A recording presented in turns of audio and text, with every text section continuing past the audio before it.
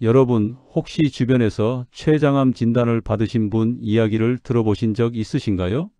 그분들 대부분이 이렇게 말씀하십니다. 증상이 거의 없었는데 갑자기 발견됐어요. 췌장암은 조용히 찾아오는 병입니다. 그래서 더 무섭죠. 하지만 오늘 제가 드릴 이야기를 끝까지 들으시면 여러분의 식탁과 생활 습관이 얼마나 강력한 예방 도구가 될 수 있는지 확실히 아시게 될 겁니다. 저는 김재윤이라고 합니다. 올해 58입니다. 지난 25년간 영양생화학 분야에서 연구와 상담을 해왔고, 특히 최근 10년은 중장년층과 시니어 분들의 만성질환 예방식이요법에 집중해 왔습니다. 대학 연구소에서 암 예방 영양학 프로젝트에 참여했고, 지역 보건소와 노인복지관에서 1,500건 안팎의 개별 상담을 진행했습니다. 제가 이 콘텐츠를 만드는 이유는 단 하나입니다. 현장에서 만난 수많은 분들이 진작 알았더라면이라고 후회하시는 모습을 너무 많이 봤기 때문입니다. 저는 어떤 식품회사나 건강기능식품 브랜드와도 협업하지 않습니다. 오직 검증된 연구 데이터와 제가 직접 관찰한 현장 경험만을 바탕으로 말씀드립니다. 췌장암은 발견이 늦으면 생존율이 급격히 떨어집니다. 하지만 반대로 생각하면 조기의 위험 신호를 알아차리고 생활 습관을 바꾸면 발병 위험을 크게 낮출 수 있다는 뜻이기도 합니다. 오늘 제가 준비한 내용은 단순한 정보 나열이 아닙니다. 여러분이 내일 아침 식탁부터 당장 실천할 수 있는 구체적인 방법들입니다. 이 이야기가 도움이 되신다면 구독과 좋아요로 함께해 주세요. 여러분의 건강한 노후를 응원합니다. 궁금하신 점이 있다면 댓글로 남겨주시면 제가 직접 답글로 친절히 도와드리겠습니다. 국내질병관리청이 2024년에 발표한 암 통계 자료를 보면 췌장암 발생률은 지난 10년간 꾸준히 증가하고 있습니다. 특히 60대 이후에서 급증하는 패턴을 보이죠. 미국의 한 상급 대학 의과대학 연구팀이 2023년에 발표한 대규모 관찰 연구에서는 약 12만 명을 추적한 결과 흡연자는 비흡연자보다 췌장암 발병 위험이 2배에서 3배 높았습니다. 당뇨병을 오래 앓은 경우도 위험도가 약 2배 상승했고요. 비만, 특히 복부 비만이 있는 경우 췌장에 지속적인 염증 반응을 일으켜서 암 발생 환경을 만든다는 사실도 확인됐습니다. 췌장은 배 뒤쪽 깊숙한 곳에 숨어 있는 장기입니다. 손바닥만 한 크기지만 소화 효소와 인슐린을 분비하는 아주 중요한 역할을 합니다. 문제는 이 췌장에 문제가 생겨도 초기에는 증상이 거의 없다는 점입니다. 배가 좀 불편하거나 소화가 안 되는 정도로만 느껴지죠. 그래서 발견 시점이 늦어지는 겁니다.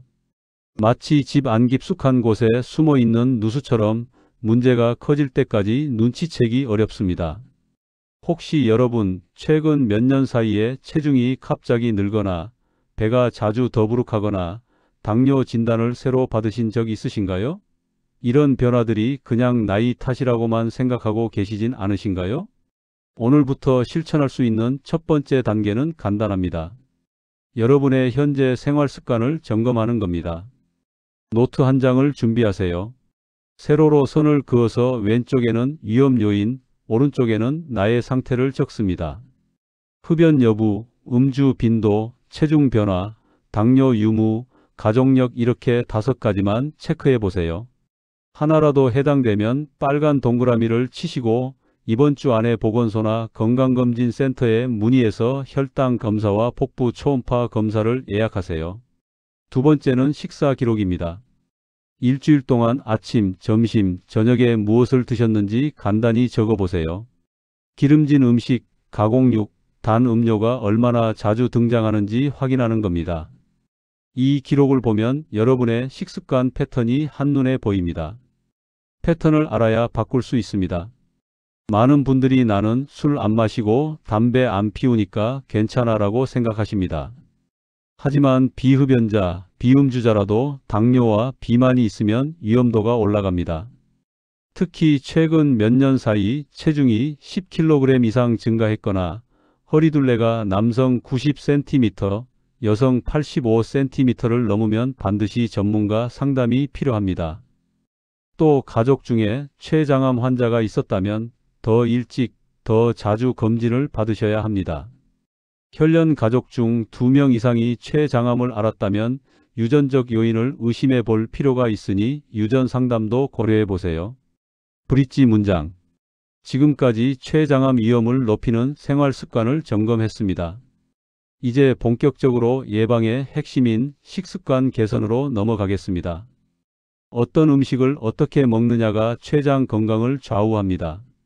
브로콜리, 양배추, 케일, 콜리플라워 같은 십자화과 채소에는 설포라판이라는 성분이 들어 있습니다. 이 성분이 췌장 세포의 염증 반응을 줄이고 암 발생 초기 단계에서 비정상 세포의 증식을 억제하는 효과가 있다는 연구 결과들이 계속 나오고 있습니다. 유럽의 한 대규모 연구팀이 2022년에 발표한 메타 분석에서는 십자화과 채소를 주 3회 이상 섭취하는 그룹이 그렇지 않은 그룹보다 췌장암 발생 위험이 약 20% 낮았습니다. 참여자 수는 약 8만 명 규모였고 추적 기간은 평균 15년 정도였습니다. 설포라판은 몸속에서 해독 효소를 활성화시키는 역할을 합니다. 쉽게 말하면 우리 몸에 들어온 발암 물질을 빠르게 분해해서 내보내는 청소부 역할을 하는 거죠. 췌장은 소화 효소를 만드는 곳이라 독성 물질에 노출되기 쉬운데 이 청소부가 제대로 작동하면 췌장 세포를 보호할 수 있습니다. 혹시 여러분 브로콜리를 먹을 때 질겨서 싫다거나 냄새가 나서 기피하신 적 있으신가요? 많은 분들이 그렇게 느끼시는데 조리 방법만 바꾸면 훨씬 부드럽고 맛있게 드실 수 있습니다. 브로콜리는 쪄서 드시는 게 가장 좋습니다. 끓는 물에 오래 삶으면 설포라판이 파괴되니까 찜기에 3분에서 5분 정도만 살짝 익히세요. 색이 선명한 초록색으로 변하면 딱 적당합니다. 너무 익히면 누렇게 변하고 영양소도 줄어듭니다. 드실 때는 참기름 한 방울, 소금 약간만 뿌려보세요. 마늘 다진 것을 살짝 볶아서 얹으면 풍미가 더 좋아집니다. 일주일에 3번, 한 번에 작은 접시 한 접시 정도면 충분합니다. 월요일 아침, 수요일 저녁, 토요일 점심 이렇게 요일을 정해두면 잊지 않고 챙기기 쉽습니다. 달력에 표시해 두세요. 양배추는 샐러드나 쌈으로 드시면 됩니다. 케일은 주스나 스무디에 넣어서 드시는 분들도 많은데 사과나 바나나 반쪽과 함께 갈면 쓴맛이 많이 줄어듭니다. 케일 잎 2-3장, 사과 반쪽, 물 200ml 정도면 한 잔 나옵니다. 아침에 공복에 드시면 좋습니다. 십자화과 채소는 갑상선 기능 저하증이 있는 분들은 과도하게 드시면 안 됩니다. 생으로 대량 섭취하면 갑상선 호르몬 생성을 방해할 수 있으니 반드시 익혀서 드시고 하루 한두 접시 정도로 적당량을 유지하세요. 또 혈액 응고 억제제를 복용 중이신 분들은 비타민 K 함량이 높아서 약효에 영향을 줄 수 있으니 담당 의사와 상의 후 섭취량을 조절하셔야 합니다. 브릿지 문장. 브로콜리와 십자화과 채소가 췌장을 지키는 첫 번째 파수꾼이라면 다음에 소개할 음식은 염증을 직접 잡아주는 소방관 역할을 합니다. 바로 등푸른 생선입니다. 고등어, 꽁치, 삼치, 연어 같은 등푸른 생선에는 오메가3 지방산이 풍부합니다. 오메가3는 몸속 염증 반응을 조절하는 핵심 영양소입니다. 국내 한 대학병원 연구팀이 2023년에 발표한 연구에서 일주일에 2번 이상 등푸른 생선을 섭취하는 그룹이 그렇지 않은 그룹보다 췌장 염증 지표가 약 30% 낮았다는 결과가 나왔습니다. 참여자는 50대 이상 약 3,000명이었고 2년간 추적 관찰한 데이터입니다. 췌장암의 가장 큰 원인 중 하나가 만성 염증입니다. 췌장의 염증이 지속되면 세포가 손상되고 그 과정에서 암 발생 위험이 높아집니다. 오메가3는 이 염증 반응을 줄여주는 소방관 같은 역할을 합니다. 또 오메가3는 인슐린 저항성을 개선해서 당뇨 관리에도 도움이 되니 췌장 건강의 일석이조입니다. 혹시 생선은 비린내가 나서 싫어하시거나 요리하기 번거로워서 자주 안 드시게 되시나요? 그런 분들을 위해 간단하고 냄새 안 나는 조리법을 알려드리겠습니다. 고등어는 구이보다 찜을 추천합니다. 생강 두세 쪽, 대파 한 뿌리를 썰어서 고등어와 함께 찜기에 넣고 15분만 쪄내면 됩니다. 비린내가 거의 없고 기름이 빠져서 담백합니다. 간장 한 스푼, 참기름 반 스푼, 다진 마늘 반 스푼 섞어서 양념장 만들어 찍어 드세요. 꽁치는 통조림도 좋습니다. 물에 담긴 제품을 고르시고 기름에 담긴 건 피하세요. 통조림 꽁치는 뼈째 먹을 수 있어서 칼슘도 보충됩니다. 김치찌개에 넣거나 무와 함께 조림으로 해 드시면 맛있습니다. 연어는 에어프라이어에 구우면 간편합니다. 소금, 후추만 살짝 뿌리고 180도에서 12분 정도 구우세요. 레몬즙 몇 방울 뿌리면 상큼하고 비린내도 잡힙니다.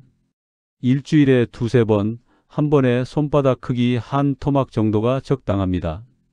화요일과 금요일 저녁에 드신다고 정해 두시면 잊지 않습니다. 생선은 신선도가 생명입니다. 냉동 제품을 사시면 해동은 냉장실에서 천천히 하세요. 상온에서 급하게 해동하면 세균이 번식하기 쉽습니다. 또 생선 기름이 산패되면 오히려 몸에 해로우니 구입 후 이틀 안에 조리해서 드시는 게 좋습니다. 통풍이 있는 분들은 퓨린 함량이 높아서 등푸른 생선을 과도하게 드시면 안 됩니다. 일주일에 한 번 정도로 줄이시고 증상이 심하면 담당 의사와 상의하세요. 또 생선 알레르기가 있는 분들은 당연히 피하셔야 하고 대신 아마씨유나 들기름으로 오메가3를 보충하실 수 있습니다. 브릿지 문장. 등푸른 생선이 염증을 잡는 소방관이라면 다음에 소개할 음식은 췌장 세포를 직접 보호하는 방패입니다. 바로 통곡물입니다. 현미, 귀리, 통밀, 보리 같은 통곡물에는 식이섬유와 비타민 B군, 미네랄이 풍부합니다. 미국의 한 공중보건 연구소가 2021년에 발표한 대규모 연구에서 하루 식이섬유 섭취량이 30g 이상인 그룹이 15g 미만인 그룹보다 췌장암 발생 위험이 약 40% 낮았습니다. 참여자는 10만 명 이상이었고 20년 넘게 추적한 장기 연구였습니다. 식이섬유는 혈당 상승을 완만하게 만들어줍니다. 췌장이 인슐린을 급하게 많이 만들 필요가 없어지는 거죠. 급격한 혈당 변화는 췌장에 부담을 주고 그게 반복되면 췌장 세포가 지쳐서 당뇨로 이어질 수 있습니다. 통곡물은 이 과정을 막아주는 방패입니다. 또 장내 유익균을 늘려서 전신 염증을 줄이는 효과도 있습니다.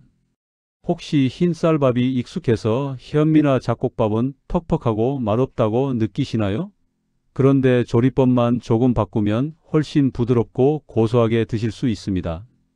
현미밥을 지을 때는 최소 30분 이상 물에 불리세요. 압력솥을 쓰시면 더 부드럽게 지어집니다. 처음부터 현미 100%로 하시면 힘드시니까 흰쌀과 현미를 7:3 비율로 섞어서 시작하세요. 적응되면 5:5, 그 다음에 3:7 이렇게 단계적으로 현미 비율을 늘리시면 됩니다. 귀리는 아침 식사로 좋습니다. 귀리 반 컵에 우유나 두유 한 컵 부어서 전자레인지에 2분만 돌리면 오트밀 완성입니다. 여기에 바나나 반쪽 썰어 넣고 견과류 한 줌 얹으면 영양 만점 아침입니다. 단맛이 필요하면 꿀 한 스푼 넣으세요. 설탕보다 혈당 부담이 적습니다. 보리는 밥에 섞어도 좋고 차로 끓여 드셔도 됩니다. 보리 한 줌을 물 리터 반에 넣고 30분 끓이면 구수한 보리차가 됩니다. 냉장고에 두고 수시로 드세요. 일주일에 최소 5번, 하루 한 끼 이상은 통곡물로 드시는 걸 목표로 하세요. 아침에 귀리, 점심에 현미밥, 저녁에 통밀빵 이런 식으로 다양하게 드시면 질리지 않습니다. 통곡물은 소화가 천천히 되기 때문에 소화 기능이 약하신 분들은 처음에 과하게 드시면 배가 더부룩하거나 가스가 찰 수 있습니다. 소량부터 시작해서 몸이 적응할 시간을 주세요. 또 통곡물에는 피트산이라는 성분이 있어서 철분, 아연 같은 미네랄 흡수를 방해할 수 있으니 반드시 충분히 불려서 조리하세요. 불리는 과정에서 피트산이 많이 줄어듭니다.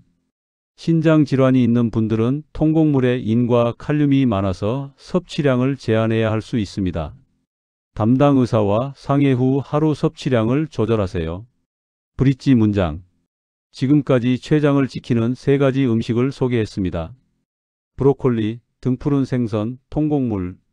이 3가지만 꾸준히 드셔도 췌장 건강에 큰 도움이 됩니다.